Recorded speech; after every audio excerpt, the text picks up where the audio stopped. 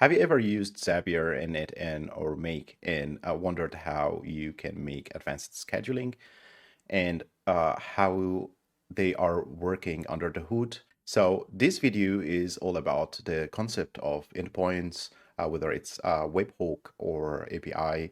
I will demo the concept, how they are working and how you can leverage this technology to make useful automations.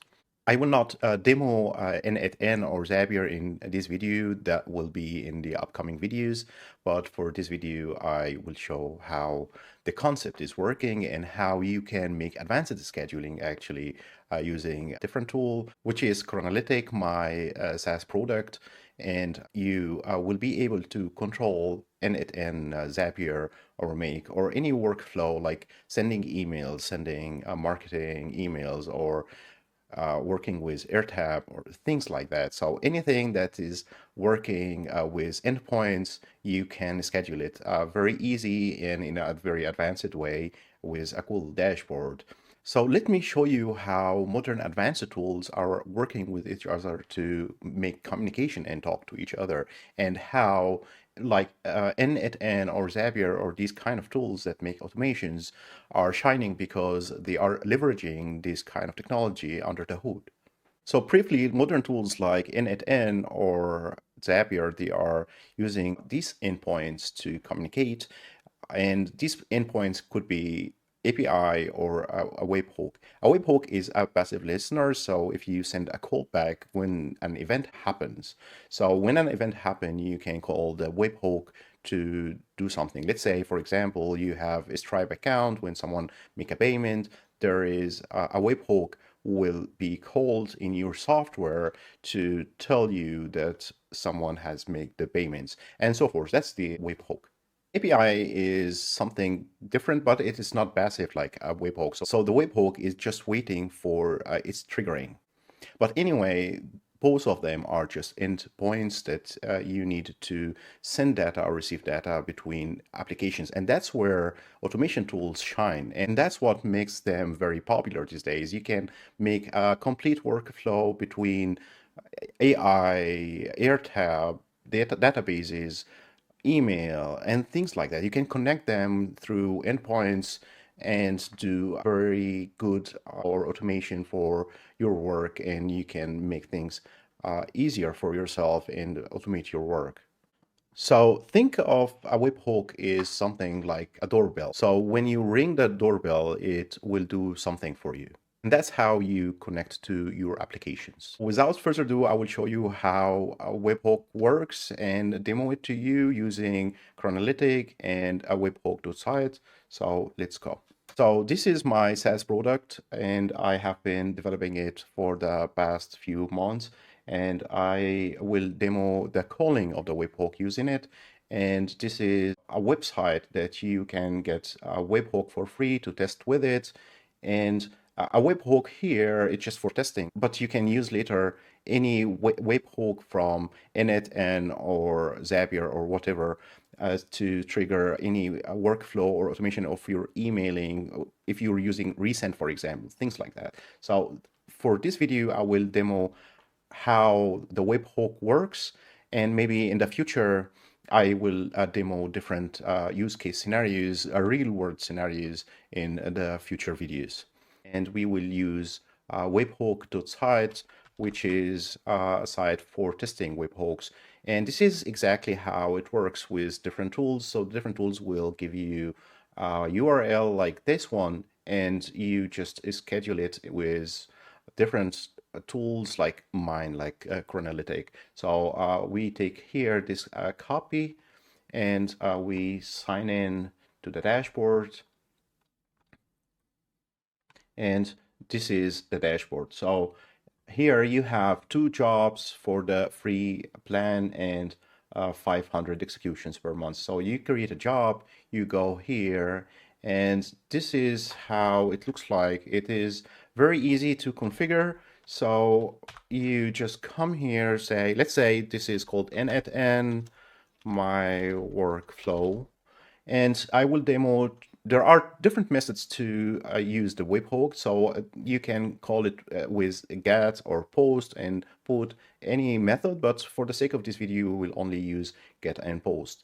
So in get, this is like you wanted to get some kind of data from whatever it's configured, or you configured this webhook, and the post if you wanted to send data to the endpoint that you are talking to. So we will use those two methods. That we create two jobs. So we paste the URL here, and the header is where you tell the endpoint that you're talking to, this is the kind of data I wanted to get, and we just name it like test and put the value. You can put the value string or a number or something. We just put 132, for example. We don't need a body because we are getting. You have different ways to create your schedule. You have a builder, you have expression. If you are comfortable with expression, you can go to ChatGPT or something and say, I want to schedule something, give me the cron expression, and it will give you the cron expression, and you can paste it here, and you have some presets that you can use. But there is a graphical way here. You can schedule it per minute, hourly, daily, weekly, monthly. And in the weekly, for example, you have different ways. So you can say, I want it to work at 7 a.m. and on Monday. But for the sake of this video, we will make just 1 minute to see the effect. But if you wanted to have it in advanced way, like for example, I wanted this to be triggered every 2 hours in the work between 9 a.m. and 6 p.m. on the working days. You can use the expression, and you just tell ChatGPT, I want an cron expression with this, and it will give you the cron expression. You can just paste it here, and it is that easy. Okay, and then you press create, and you can see it is in a bending state. Once it's in a bending state, you just wait here. We should get the execution of this here. So while we're waiting, we can talk about something. So most people would say, okay, n8n has a native cron. n8n can do this. So Cronlytic can do advanced scheduling like the native n8n cron, but native n8n will not give you monitoring. You have to attach everything. But in my tool, I will be releasing monitoring. I will be releasing alerting. I will be releasing different features like the logs. You have everything in one place. And if you have different workflows, you can have them all from one place. Like if you have n8n workflow or two n8n workflow and one in Zapier, and you are triggering email marketing, you have different webhooks or endpoints or APIs that you need to trigger. And having this all in one place is very easy. So the argument would be, okay, I can make a Lambda function on AWS, or I can do it in coding, or for example. But the problem with this, you have to manage the server, you have to configure IAM roles, or you have to write a code yourself. You have to make the monitoring and alerting. You have to manage the logs and everything. But this is a very easy way to manage all your workflows in one dashboard. And actually, n8n has one native cron and other competitor service like mine. Soon I will submit a package for n8n to be natively there. So if you go there in the integration packages, search for cron, you will find other competitor, and you can also use mine for scheduling. In Zapier, it's a different case. If you use advanced scheduling, like the scenario I told you, it will cost you a lot of money.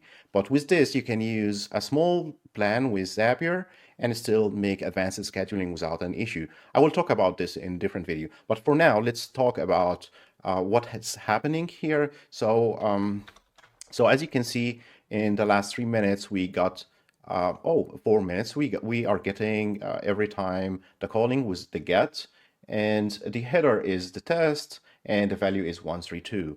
And if you come here also and say, okay, I want to create another job. This is a post job, and I'll put the webhook, and this is test 2. and the value is Saleh. And let's say here we create a body, YouTube, and then we say hello world and close it. This is the body. So the body is the data you wanted to post it to where you wanted to send it. And we put it also 1 minute for simplicity. And we just create a job. We need to put the name. This is like Zapier job. And we say create a job. And it's successfully created. Okay, so we go to here and we see that that one is successful and that one is still pending that we just created. And we come here, so we see it is calling the webhook with the test and 132, and in a minute we should get the post webhook. Okay, so we got the webhook here, and as you can see, we have here test2, and the value is Saleh, and the raw data of the body is YouTube hello world. So that's how it works, and it's also very easy to control. So if you come here and let's refresh, we are seeing here that was successful. The next run is at 11:11 and so forth, and here you can just pause it. So you can pause your job. You don't want, if you don't want it to work anymore, you can delete it, and you can edit the job. If you wanted to change something or you want to change the schedule, you can delete it as you wish. And we are still getting this one, and since we paused the gets. That's why we didn't get the gets, but we have still this one running. And I think it's easy to use with any workflow, and I hope that can solve a lot of automation issues. And I would love to have feedback from you guys about it. And I wanted to know how you can use it in your workflow, and any comment about what features you would like to see. It would be very helpful. And if I find many people asking for that feature, I will, of course, release it for you guys. So for now, the monitoring is still under implementation. The analytics and alerting are also under implementation, but the main functionality is there, the dashboard is there, and you can add as many jobs as you wish. So this is just at the beginning, and I will be improving the tool also. I will give you APIs to be able to control your dashboard programmatically in your code or your backend. In the next video, I will talk about how you can make automations with Zapier. I will show you how you can save money with advanced scheduling on Zapier in the next videos. I will also show you how you can automate email sending and so more in this channel. So I hope these kind of videos will be useful for people who are into automation and love to learn more about automation. So we came to the end of the video. I hope you enjoyed it. I'm Saleh, and catch you the next one.